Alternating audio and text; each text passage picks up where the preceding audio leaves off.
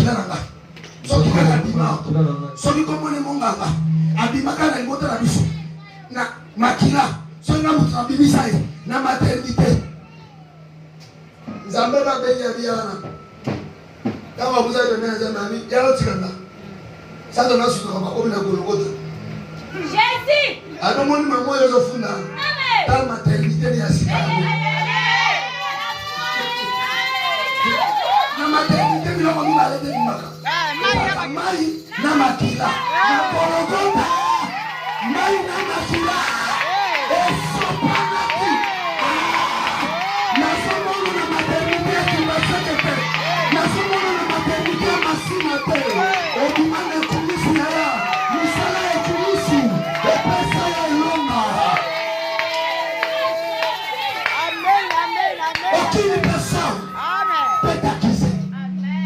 Aucune personne peut te maudire. Pourquoi? Parce que tu es Israël.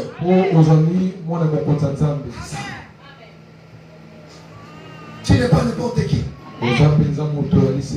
Alléluia. Amen. Raison pour laquelle aucune personne peut te condamner. Le sang de Golgotha Amen. est capable et plus fort que ton passé.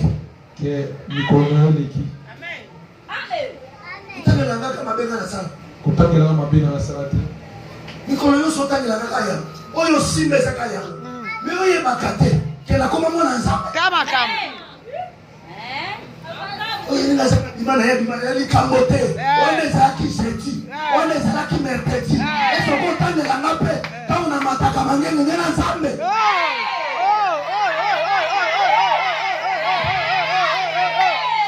otangelanga mpe kao protocole na eglise ya papa tie kaka ye ndenge ezana abimaka asalaka boye oyebaka te yaya oza mwana ya mokonzi ya nzambe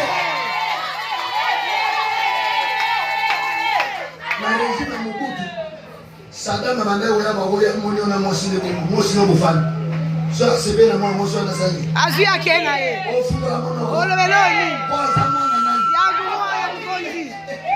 Oloba nini tayiri ndaku na mwana bako. mokolombo mboka batena ke maboko aoza na droit korekipere nyonso na mokili oyo ozorekipere na pokwa lelo libala na yo momomo na yo oyo satana oyo tata mwasi afambela yango mwana mokonzi azawa abanda korekipere mwana mokonzi ya nzambe. Amen. Amen. Aucune personne peut t'accuser. Même ta mère. Même ton père. Quand tu es à Christ, la sorcellerie devient inutile. Amen. Il le sang c'est fait. Le sang de Jésus que toi tu portes annule la puissance de tous les démons.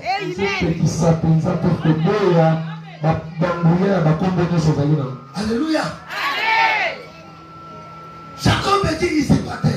Ok, Jacob a dit Mais Israël, c'est le prince de Dieu. Tous les jeunes garçons ne sont pas des princes. Tous les jeunes garçons ne sont pas des princes. Quand on parle d'un prince, c'est que c'est un fils qui est sorti du sang des rois. Je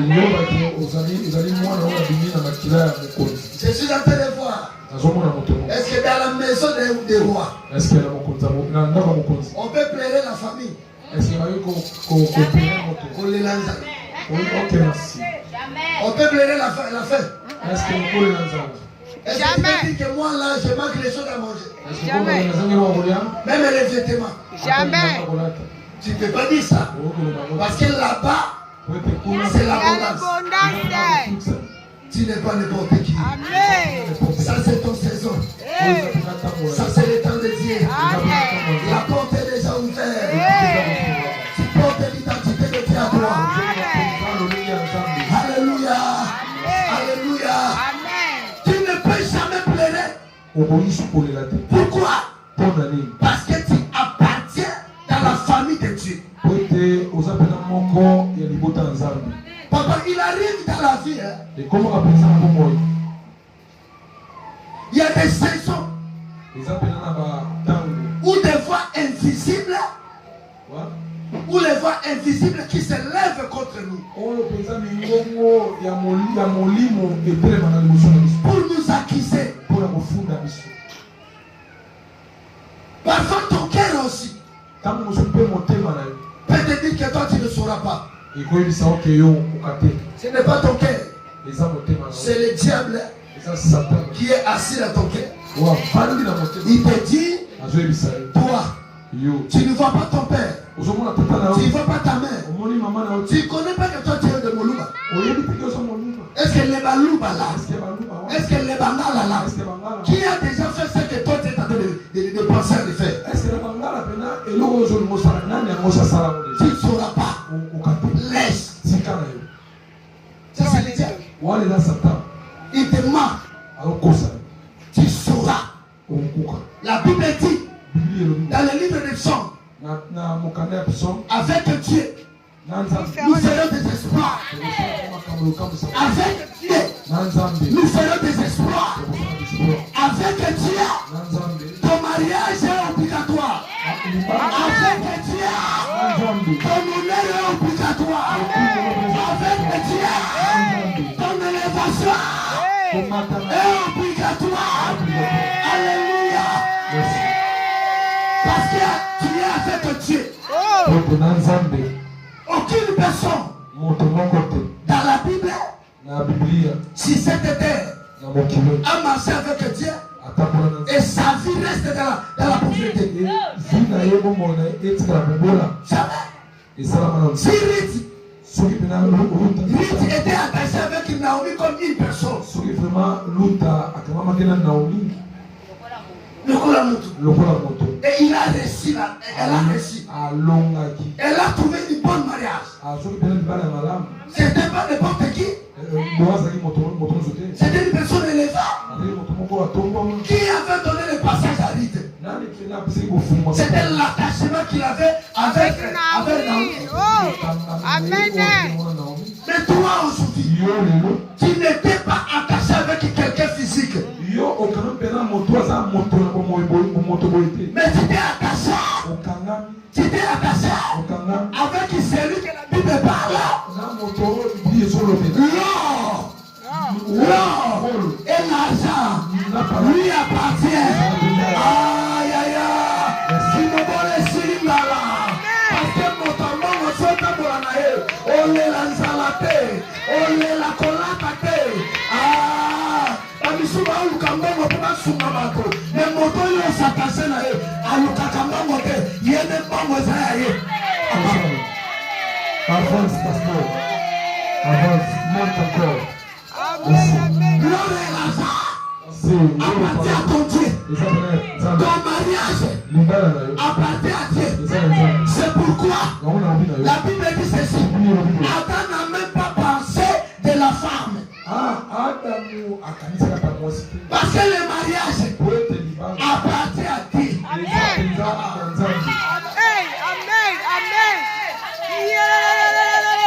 Dieu lui-même commence à penser. Il n'est pas bon que l'homme soit seul. Même si je ne pense pas. Mais Jésus, mon intercesseur, il est en train de penser. Qu'est-ce que toi tu manques?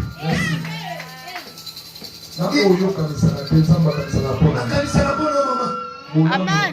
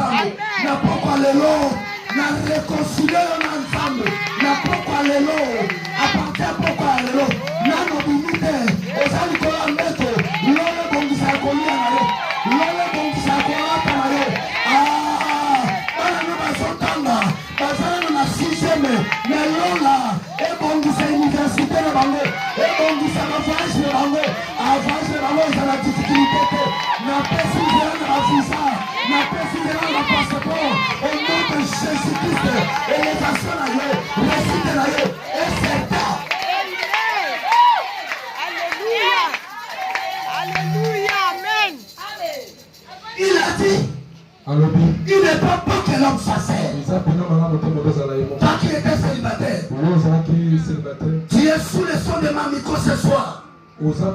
Sous le son de mon micro maintenant. Écoutez-moi. C'est que je suis en train de parler. Il n'est pas bon que tu continues à vivre seul. Il n'est pas bon. C'est le Seigneur qui décide. Il n'est pas bon que tu te mets dans le mariage qui n'est pas honoré.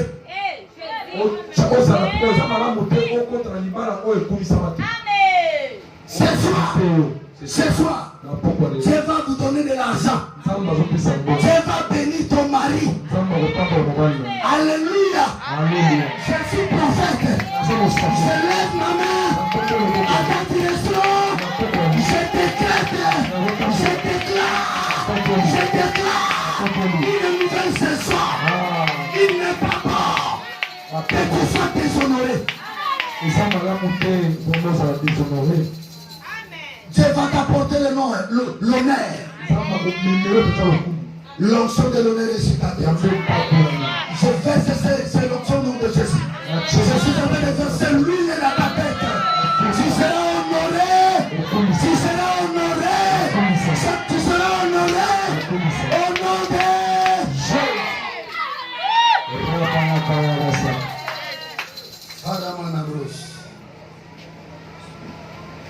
Il n'est pas bon que tu sois pauvre. Il n'est pas bon que tu continues à pleurer. Il n'est pas bon que tu continues à tomber malade. Jamais. Même si c'était la maladie épileptique. Ce soir, il n'est pas bon que la fille d'Abraham continue à souffrir. Tu étais venu ici célibataire, pauvre, paralysé. Il n'est pas bon que la personne que le Seigneur a élu continue à souffrir. L'autorité suprême du nom de Jésus. L'autorité suprême au nom de Jésus. Je chasse au nom de Jésus. Esprit de mort, esprit de célibat, caractère héréditaire, vie héréditaire, c'est décrété au nom de Jésus. Esprit à folie, liwa, sida, au nom de Jésus-Christ. Et tu can soit ton aïeul. Il n'est pas bon que toi tu continues à souffrir. Il est écrit la parole. Tu verras le niveau, la différence entre celui qui sert Dieu et celui qui ne le sert pas. C'est-à-dire quoi? Il n'est pas bon. Il n'est pas bon que la fille d'Abraham vive, il continue à vivre une vie identique comme un païen. Comme une personne qui est assorcelée.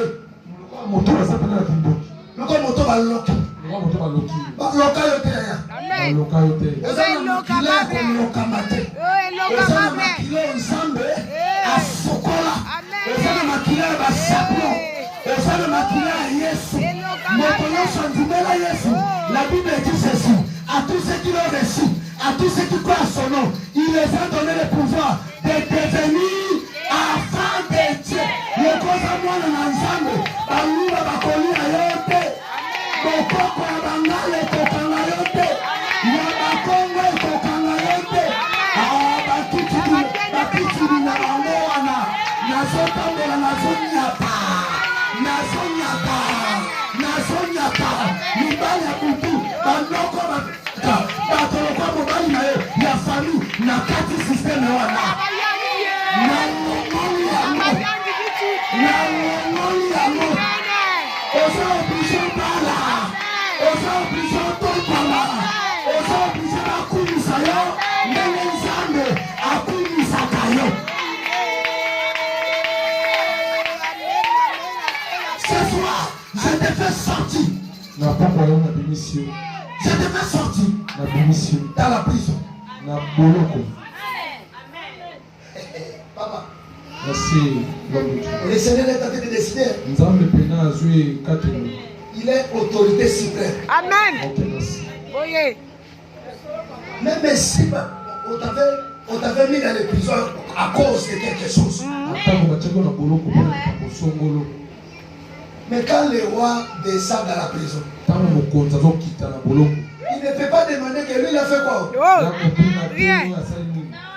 Il est souverain. Ye mpenza aza oyo aleki. Quand il te regarde, Ntango azotala sa bonté, bolamu na ye, sa grâce, ngolu na ye, fais-moi sortir. liyambala moko. Il n'a pas besoin de savoir ton nom. Azana mposa yeba kombo na ye. Il te regarde. Atali yo kaka. Ma fille, Mwana na sors. bima Il est venu. aye Il est venu aye ce jour-là na mokolo dans le cimetière. na tombo Il y avait beaucoup de Lazare. ezalaki na bala bakufa Lazare n'était pas le premier Lazare du monde. lazare azalaki lazare ya liboso na mokili Il y avait beaucoup de Lazare. ezalaki na balazare ebele Il y avait beaucoup de Lazare. balazare azalaki ebele Mais tous les Lazare, ce n'était pas les Lazare de Dieu. azalaki na lazare ya nzambe te Tous les Lazare, ce n'était pas les Lazare de Jésus. ezalaki na lazare ya yesu C'est pas la Marie qui est ici. nazoba na mari moko C'est sana pas aux jeunes filles qui est ici. na mwana mwasi moko C'est sana pas la une maman qui est ici. na mama moko sana Alléluia. Alléluia. Alléluia. Alléluia. Jésus commence à dire, yesu alobi koloba mon Lazare, lazare mon Lazare. lazare Ah, maman, c'est toi que le Seigneur est en train de chercher. C'est toi que le Seigneur est en train de chercher. Sors dans l'humiliation. Sors dans l'humiliation. Sors dans la pauvreté. Sors dans la honte. Commencez à sortir. Tout est arrivé. Tout est arrivé. Sors. Sors. Nalimoto baba la kate. Ima la kate. Nalimoto bakene kalibosote. Ima. Ima. Ima. Ima. Adimina kombo la Yesu. Amen. Tu dois pressentir ta délivrance. Kerebo senta rababa. Karababa senta rabashiki. Jésus. Au moment d'indépendance Afrique ici, bomona indépendance afrique et banana bang, ebanda na bana bato bafandi babite c'est assez. bato bamoni babeleki Toi nini? mpona nini Biso nyonso na bayaya na balekto tubokala kenga bongo te. Tomona bongo misapena wa mobali. Lobanga bongo te. Ngabongo te. Ngai bongo te. Ngabongo te. Apati alelo. Apati alelo. Nasobima. Nasobima. Nasinga famille. Nasobima. Namaloba famille. Nasobima. Malgré la loi. Malgré la loi. Nakokota. Malgré la loi. Malgré la loi. Nakobonga. Malgré la loi. Nakibota nanga. Malgré la loi. Nakomi nanga. Malgré la loi. Nakate nanga. Naimo nanga. Nakotomolanga. Nakopende liboso. Pete nakokomela kosambela. Sambela nzambe. Malgré la loi. Malgré la loi. Malgré la loi. Malgré la loi.